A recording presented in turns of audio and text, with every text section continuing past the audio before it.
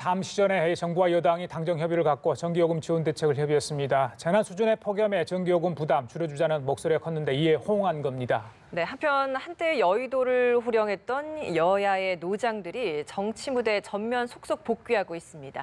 이들을 바라보는 시선은 다양하게 엇갈리고 있는데요. 오늘 이 시간 이 관련 소식들 조혜진 전 새누리당 의원, 김현 더불어민주당 대변인과 함께 자세히 살펴보도록 하겠습니다. 네, 어서 오십시오. 안녕하십니까? 어서 오십시오. 예. 먼저 더우니까 전기요금 얘기부터 하겠습니다. 어제 문재인 대통령이 이제 수석보좌관 회의에서 이 한시적 누진제 완화 이 얘기를 하지 않았습니까? 오늘 당정 협의를 했고요. 몇 가지 대책이 나온 것 같습니다만은 전기요금 누진제 실파로 한시적으로 완화하고 또 사회적 배려 계층에 대한 냉방 지원 이런 얘기가 있었습니다.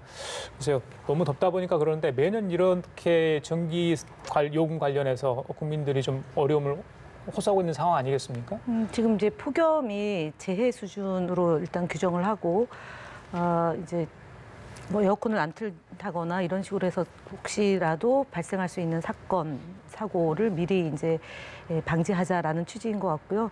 사실 어저께 이제 누진세를 그러니까 완화시키고 7월, 8월 안에 이제 그 완화시킨 걸 적용한다라고 했는데 많은 사람들이 굉장히 그런 정책에 대해서 기뻐하고 그다음에 그 국민을 위한 역시 이 정책을 내는 문재인 정부에 대해서 박수를 보내고 있는 것이 확인이 됐습니다. 일단은 기록이 연일 갱신되었던 여름이고요. 오늘이 이제 사실은 입추라서 조금 이제 더위가 좀 이렇게 줄어들지 않겠나 이런 기대를 그렇죠. 기대를 해보고 지난 진짜 여름 동안 고생하셨던 많은 국민들께 같이 이제 고생했다라는 말씀드리고 역시 그 완화 대책이 피부에 와닿는 그런 정책이 되길 또 한번 기대해 봅니다. 네. 앞으로 매년 이렇게 좀 더워지는 게 아니냐라는 걱정 섞인 시각들이 좀 많이 있기 때문에 이런 한시적인 누진제 완화 이런 것보다는 좀 더 근본적인 대책이 필요하지 않을까라는 시각도 있거든요. 예, 그 이상 기온 현상이 점점 이제 심화되어 가고 있기 때문에 해마다 이런 그 이상 기온이 일회성이 아니고 더 심각한 상황으로 가고 있고 그래서. 예년에도 일시적으로 블랙아웃이 걱정되는 블랙아웃 직전까지 가는 그런 상황까지 가가지고 정부가 긴급 대책을 세우고 그렇게 했었는데 장기적으로는 전력 공급이 안정화돼야 되고 그리고 전력 공급에 드는 비용이 이제 최대한 낮춰져야 그 전력 수급에 문제가 없고 두 번째는 이제 서민을 비롯한 일반 가정과 산업용 전기 소비자들에게 이 부담을 이제 덜 주게 되는데 그런 측면에서 그 정부가 다시 고민에 맞닥뜨리게 되는 부분이 이제 원전 어떻게 할 것인가 이런 부분인데 가장 전력 공급 비용이 적게 들고 그래서 소비자들에게 싸게 가정용이든 산업용이든 싸게 공급할 수 있고 그러면서 또 안정적으로 블랙아웃이라든가 이런 비상사태에 대비할 수 있는 것이 결국은 원전 말고 다른 대책이 없는데 현재는 원전을 계속 축소하는 방침을 정부가 계속 유지를 하고 있는 상황이거든요. 그래서 지금 이 문제에 이제 지금 단기적으로 뭔가 대책을 이제 내놓아야 되는 건 맞지만은 장기적으로는 결국은 전력 공급을 넉넉하게 전기를 공급하고 그것도 싼 값으로 공급하는 것이 가장 좋은 것이기 때문에 그 문제에 있어 가지고 원전 말고 다른 대안이 있을 수가 있는 것인가 하는 부분에 대해서 정부가 고민해서 장기적인 대책을 마련하는 것이 더 중요한 과제가 아닌가 생각이 듭니다. 그래요. 지금 3단계 구간이죠. 누진제 구간. 이 적절한 지역은 또 산업용과 주택용, 차등 적용 문제 이게 근원적으로 좀 항상 문제가 됐던 부분인데 어떤 식으로 좀 중장기적으로 개선이 될지 좀 지켜보도록 하겠습니다.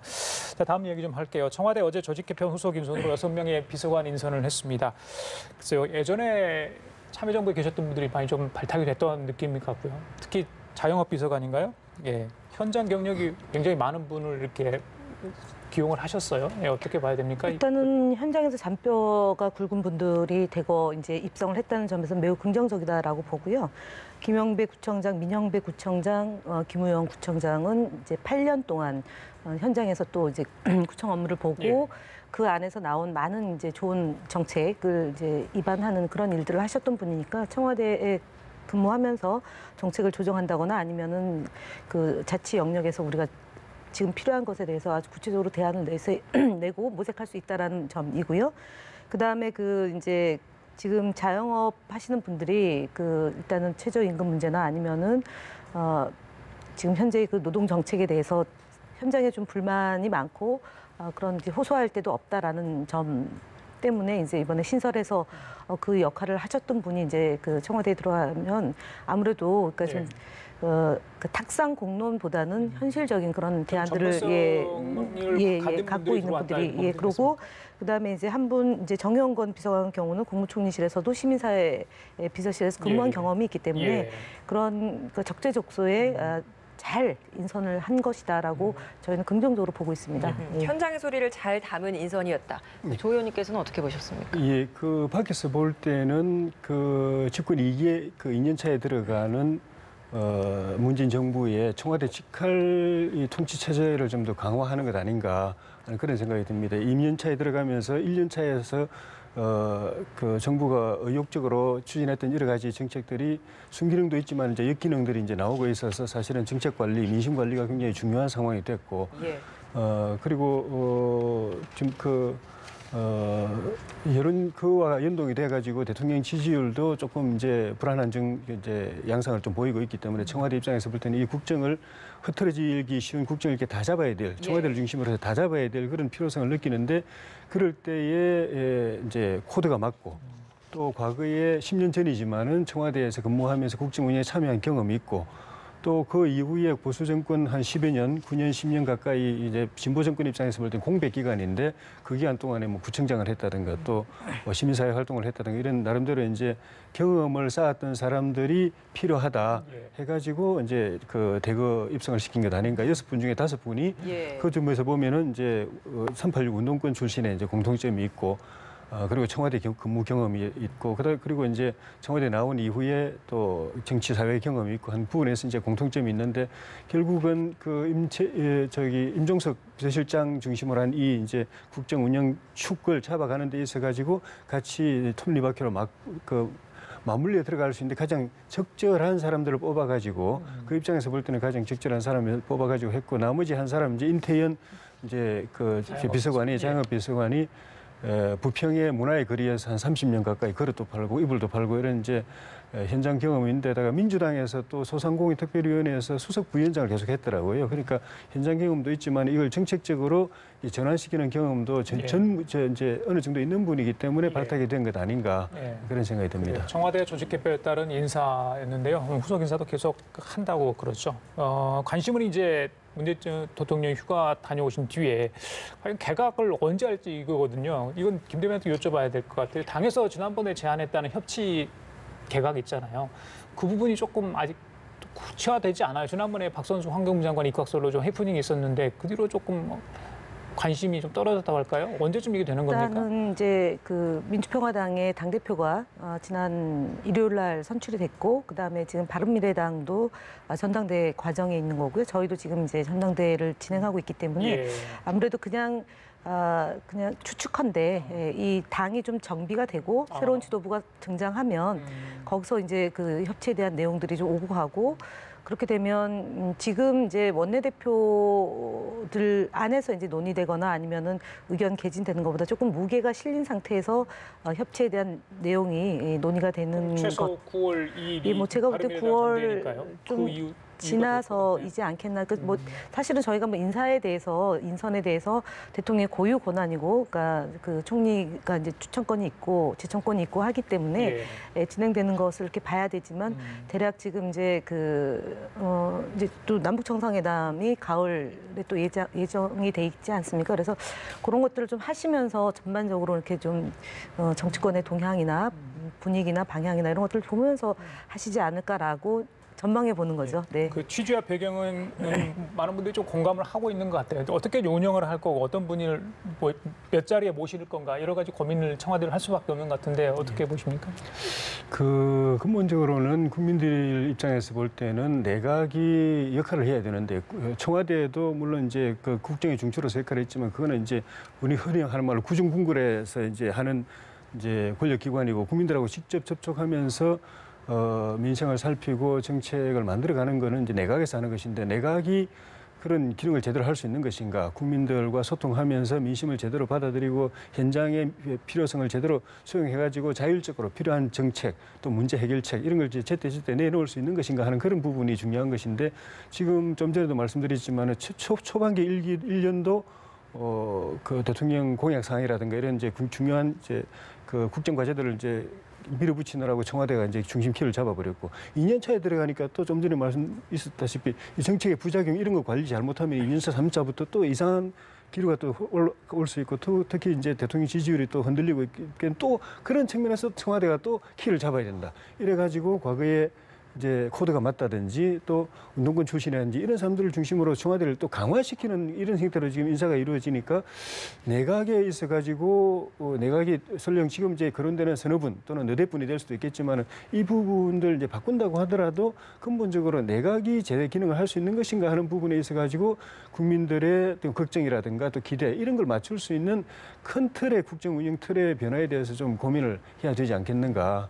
그 부분에 대해 그게 정리가 되고 나서 이제 적재적소에 좋은 사람들 이제 바꾸게 되면은 그 이제 국정 운영에 대한 탄력이 붙을 텐데 그렇지 않고 지금같이 뭐 내각이 별로 존재감이 없는 상황이 되면은 누굴 바꿔도 국민들이 볼 땐 청와대 국민들 계속 청와대만 바라보게 되고 내각도 이 그 좀 역동적으로 움직이지 못하는 상황이 되면은 내각 개편이라는 것도 그 국정 이 쇄신이라든가 이런 데 있어서 효과가 그만큼 반감될 수 있기 때문에 예. 그 문제에 대해서 조금 더 고민, 특히 이제 이낙연 총리 처음 임명할 때 책임 총리제 공약했던 그런 부분까지 같이 고민해서 좀 새로운 바람을 일으키는 것이 2년차 국정 운영에 오히려 도움이 되지 않겠는가 그런 생각이 듭니다. 비서관 인선도 그렇지만 요즘 참 두드러지는 것이 노무현 정부 시절의 인사들이 국회에도 그렇고 청와대에도 그렇고 굉장히 많이 포진되는 것 같다는 인상이 들거든요. 우연의 일치라고 보십니까? 일단은 지난 이명박 박근혜 정부 10년 동안 그 이제 적폐는 쌓일 대로 쌓인 거고요. 그다음에 그 국정 운영을 제대로 못함으로 인해서 국민적 심판을 받은 겁니다. 그래서 지금 현재 노무현 대통령과 또는 노무현 정부 때 활동했던 분들의 전문성, 도덕성 예. 그런 것들이 검증이 되신 분들이 아무래도 활동을 할 수밖에 없는 그런 상황이고요. 기본적으로 그러면은 뭐 이것에 대해서 해석을 아주 다양하게 하는데 제가 볼 때는 그 앞서 말씀드렸던 건 인재 풀 자체가 그러니까 정부에서도 일을 하고 당에서도 활동을 했거나 아니면 국회에서도 좀 이렇게 선수가 좀 있는 분들이 당을 운영했을 때 안정감을 좀 주거나 그다음에 국정 운영 능력을 검증받은 사람들이 이제 또 청와대나 아니면 정부에서 일을 했을 때 효과가 나타나기 때문에 아무래도 정부에서 그러니까 노무현 정부에서 일했던 분들이 다시 당, 그러니까 뭐 바른 정당도 그렇고 그다음에 그 민주평화당도 민주평화당도 그렇고요. 그렇고 저희 이제 더불어민주당도 그렇고요.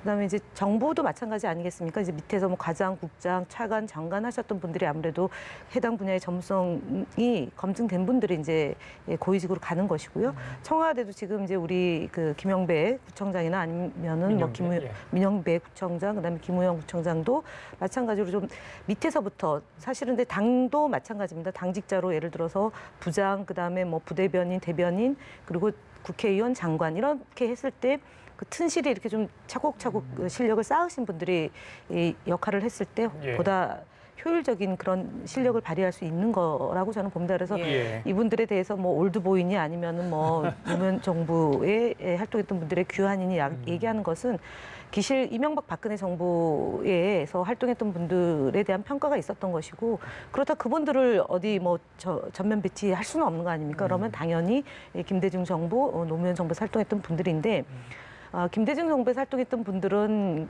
이제 세월이 한 30년 지났기 때문에 20년, 30년 지났기 때문에 좀 연로하신 분들이 많습니다. 그래서 정계 은퇴를 하거나 이제 관료들 중에는 뭐 있을 수는 있죠. 그러나 어쨌든 그런 문제가 있고 현실적인 문제가 있는 거고 노무현 정부 때 활동했던 분들이 대체적으로 그때 활동했던 연배가 40대였던 분들이고 지금 60대 되신 분들이지 않습니까? 그래서 10년을 빼면 사실은 이명박 박근혜 정부를 10년을 빼면 연배는 뭐 60대지만 실질적으로 저희로 보면 한 50대가 되는 거고 저희로 놓고 보면 제가 50대지만 실제로 10년을 빼면 40대로 이렇게 되는 게 아닌가. 그래서 지금은 이제 나이 뭐 이런 것보다는 어느 정부냐라는 것보다는 그런 전문성과 도덕성을 갖춘 분들이 문재인 정부의 성공을 위해서 뒷받침하는 역할을 하는 것이 중요한 게 아닌가 그렇게 봅니다.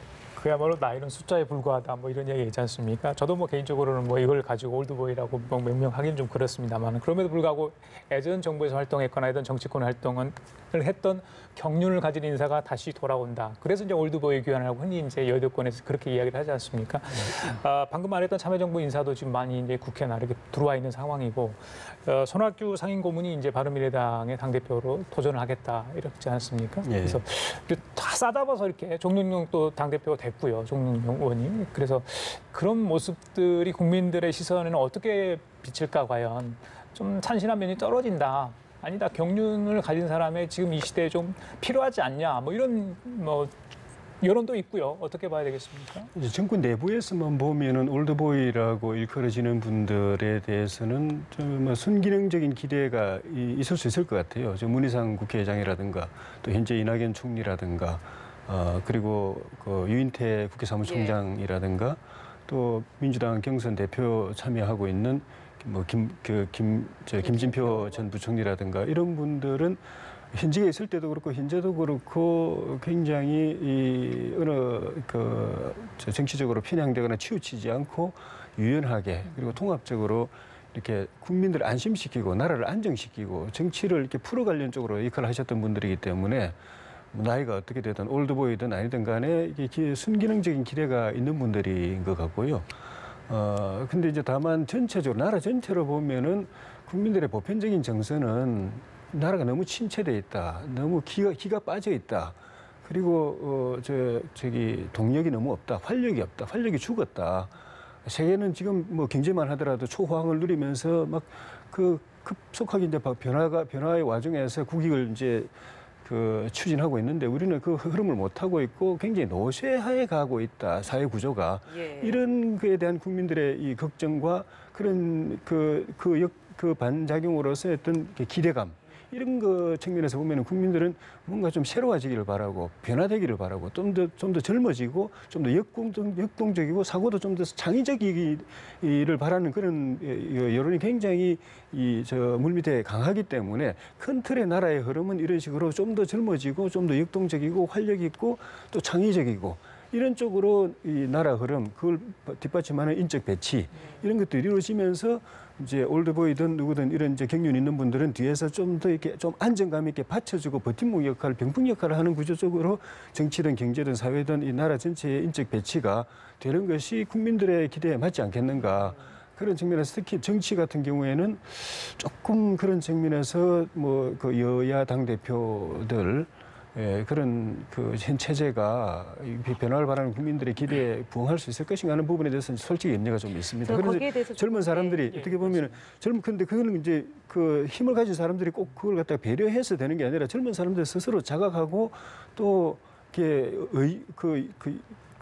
자발적으로 이렇게 역동성을 발휘해야 되는 거지. 젊은 사람들도 노인처럼 이렇게 축 처져가지고 위에서 딱 뽑아주면은 가고 아니면은 그냥 있고 이렇게 돼서는 안 되기 때문에 젊은 사람들의 역동성이 좀 조화로워야 되는데 그 부분에서는 아쉬움이 있다. 젊은 세대의 분발도 필요하다는 거죠. 근데 제가 볼 때는 지금 갑자기 우리 사회가 노쇠화됐다라는 대목에 대해서는 부동의합니다. 저는 그 말이 안 맞다고 보는데 왜냐하면 저희 당 같은 경우는 이번에 지방자치단체 선거 때 그러니까 지방자치단체장, 광역자치단체장의 경우는 노장청에 정말 좋아합니다. 예를 들어서 오거돈 시장도 있고 경남도지사, 김경수 도지사 굉장히 젊고 역동적입니다. 그래서 자치단체장에 놓고 보더라도 저희 당을 뒷받침하고 앞에서 끌고 뒤에서 밀어주는 것은 사실은 조화롭게 좀 세대의 조화가 있는 거고요. 그다음에 중요한 것은 젊은 층의 역동성이라고 얘기하시는데 저희 기초단위에서 지금 588명이 당선이 됐습니다. 그러니까 기초의회에서 실력을 땄고 그다음에 도의회로 진출하고 그분들이 기초단체장이 되고 그래서 광역자치단체장까지 가는 겁니다. 이번에 지금 김우영 구청장이나 아니면 김영배 구청장이나 이런 분들이 기초단위에 활동했던 분이 비서실장, 예를 들어 자치단체장이 비서실장을 했다거나 아니면은 시의원을 했고 이런 그 역량을 쌓아서 기초단체장이 되고 청와대 비서관으로 가는 겁니다. 지금 저희 당에 대해서 이제 우회적으로 비판을 하시는 것 같은데 그렇다면 지금 자유한국당이나 바른미래당이나 민주평화당이 이런 그러니까 기초를 튼튼히 하고 젊은 세력들 분들이 젊은 층들이 활동할 수 있는 기반을 얼마나 다져주고 있는지에 대한 자평이 좀 있어야 될 것 같습니다. 저희는 그래서 지금 당대표만 놓고 보면은 50대 후반 또 60대 중반, 70대 초반 이렇게 해서 이제 경선을 치르고 있는 거고요. 최고위원들의 경우는 40대 그 청년을 대표해서 김혜영 최고위원도 청년을 표방하고 나온 거고, 그다음에 지금 그 한 분도 또 있고요. 그래서 여성도 있고 청년도 있고 그다음에 중년도 있고 장년층도 있습니다. 그래서 그렇게 고루고루 해서 지금 당대표뿐만 아니라 최고위원 경선도 굉장히 중요하게 지금 저희 당원들이나 지지자들이 보고 있기 때문에 단순히 지금 나오시니까 노무현 정부에서 활동했던 분들이 전진 배치되고 있는 것은 앞서 말씀드렸던 이명박 박근혜 정부 때 활동했던 분들이 검증을 받았기 때문에 그분들에서 저희 당 대표나 저희 당 최고위원 할 수 없는 거 아닙니까? 그렇기 알겠습니다. 때문에 생기는 현상이다라고 봐야 되지 않을까 싶습니다. 조화로운 인적 구성 그렇게 이야기 좀 하겠습니다. 자 김병준 한국당 비대위 산하의 4개 소위 그리고 1개 특위를 신설했습니다. 위원장, 외부 인사 1명 그리고 나머지는 이제 당내에서 이렇게 인선을 했는데 두 분 뭐 소위 구성 내용 보셨을 거예요. 아마 이 소위 활동 오늘부터 시작이 됩니다. 어떻게 이제 청사진을 만들어내느냐가 이제 비대위를 어떻게 앞으로 가져갈지 또 한국당의 미래가 달렸다고 해도 과언이 아닐 텐데 어떻게 보세요? 비대위 구성에 대해서 여기 소위 구성에 대해서.